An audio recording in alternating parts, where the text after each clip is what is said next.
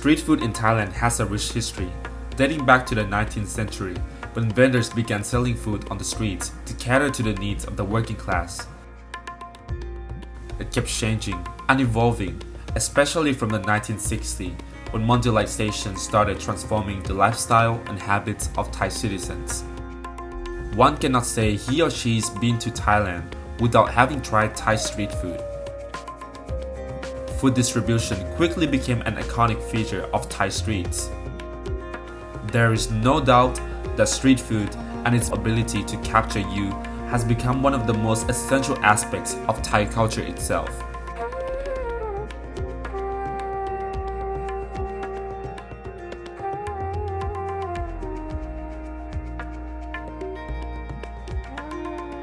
Street food informal installations have taken different types and forms over the years. The traditional mobile wood and bamboo basket for transporting food have now evolved not just into wheeled metal carts, but also into a form of a street restaurant.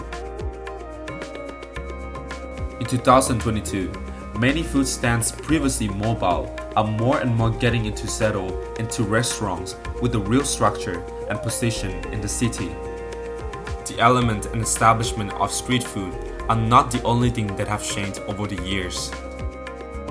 Because the people are precisely the social classes that have come around to eat in street food places have greatly changed as well. Transitioning from its origin as a service dedicated for construction workers, street food is now slowly changing into more settled eating places where everyone, despite its social classes, have come to enjoy this food made for all. Street food is kind of like the picture, like the face of Bangkok. I mean, Thailand itself. The aspect of being local, like street food local, is really important to like Thai people.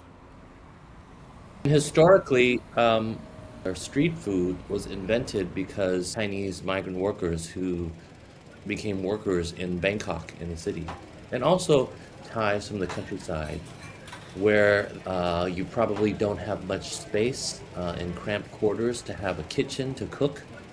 And also because in this tropical climate, food may not last a long time if you cook it ahead of time and it has to sit and wait until you have lunch. So the idea of the street food vendor came about in order to kind of satisfy the eating needs of migrant workers who didn't have a kitchen. It's really ingrained into parts of our life, whether we are kind of aware of it. It's something that really represents Bangkok lifestyle in a way. Street food, especially ones in cart position themselves, is they locate places that are convenient for people to walk past. But by locating on places that people are very populated and people walk a lot, it also means they are taking up so much of the footpath. So that means that sometimes when there's a lot of people, it also means people needs to walk on the road instead of the footpath, and then that causes traffic for the cars as well. So it kind of becomes this loop and creates problems for people more than ones that are involved.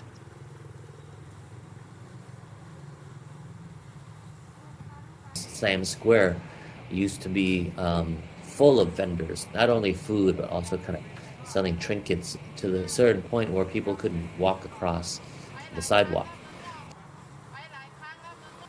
Another aspect that might not support it might be in terms of kind of hygienic factors as well.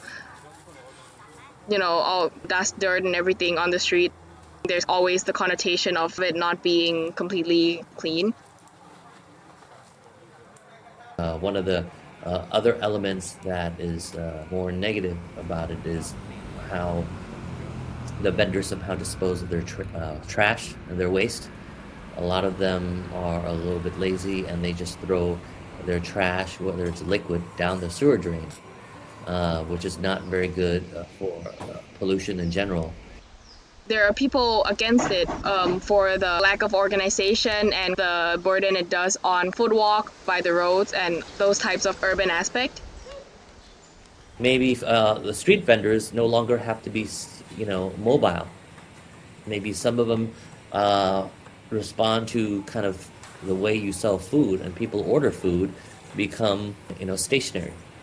And in there, who knows, maybe from that point of view, rather than from, let's say, my point of view, which is romantic, street carts are really great for the city.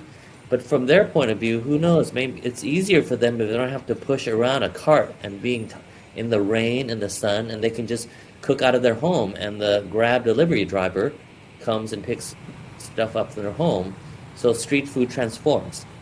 Food delivery is becoming such a big part of the way people eat, which it's starting to be, not only in Thailand, but everybody else. That's also a way that it grows. So I've heard and seen a lot of street food that starts from carts and now moved into larger shop houses and expand into larger businesses, expand into branches. In that sense of growth,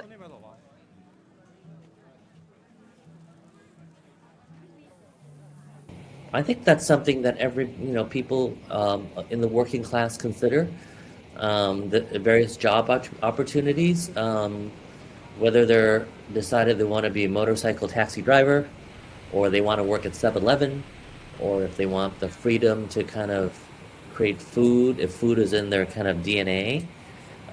Because one thing you have to think about is a job like a street vendor has freedom, right? You operate your own hours, you work and you sell stuff wherever you want to go, and you go where there's business. So this freedom, this nomadic kind of freedom is also kind of a drawing point to doing street food as well.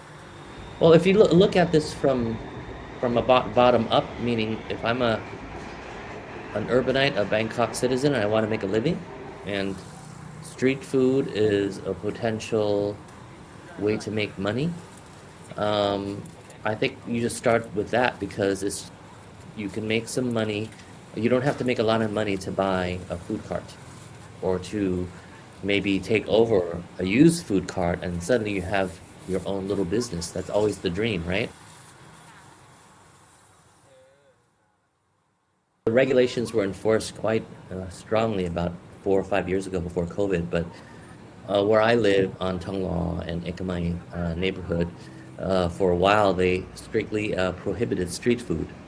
So the government officials would come and kind of give them citations and not allow them to sell. I guess like the smell of like the culture is kind of like gone.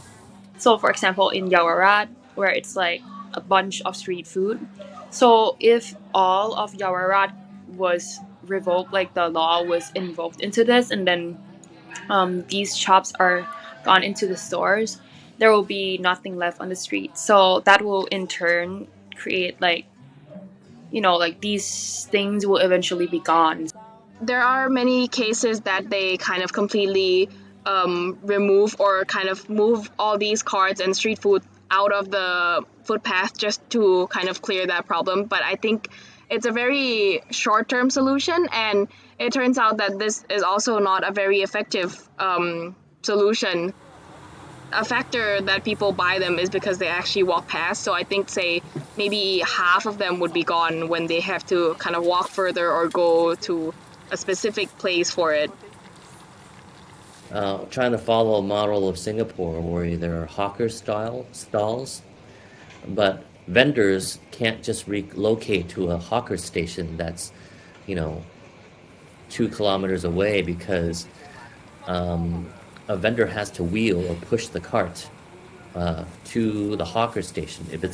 If there aren't enough of them, that they're dotted all throughout the city so that the vendors don't have to push them a long way, it's not going to work. They don't have money to rent a pickup truck to deliver the cart to the hawker station, and they don't have time to push it that far. So it's not realistic in terms of how street food works in Thailand in terms of livelihood. But I think the government probably found it futile. But it's very difficult in terms of the nature of street food. For one, Bangkok, Thailand is a whole country. And Singapore, the way they administer and enforce regulations is very top-down, because that society is very rigid. They're able to control by enforcement very strongly, but Thailand is a different society, different country. And size-wise, it's not so easy. Bangkok isn't just one island nation. It's a short-term solution because that doesn't change a thing. Once the law are put into this thing, eventually more and more vendors are gonna be gone because you can no longer be here. I can see their point of view as well, because at certain points it got to the point where it was just complete chaos and the street food vendors were obstructing traffic, impeding sidewalks, and kind of creating a lot of pollution. And it was hard to enforce hygiene as well. So if kind of a balance can be struck between the formality and informality of street food, I think that would be great.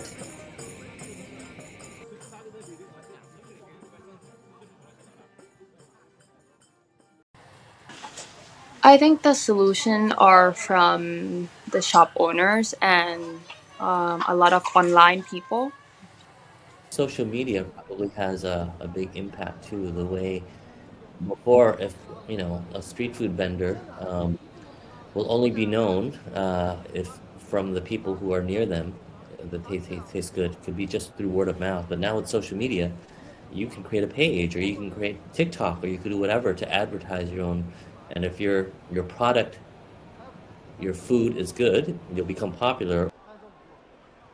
I'm also someone who relies on street food quite a bit, and I am definitely supporting into ways to develop and keep it and improve it rather than completely removing or kind of transferring it elsewhere. It's something that Thai people really rely on. There should be ways to improve for it to grow along with us. Transformation is inevitable. Sometimes you have to let things develop naturally.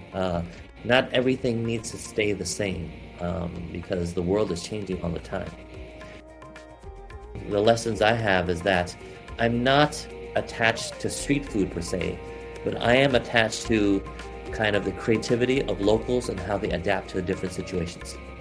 So if street vendors need to change, they'll be creative in changing in a way to adapt to the new situation. To me, that's more interesting.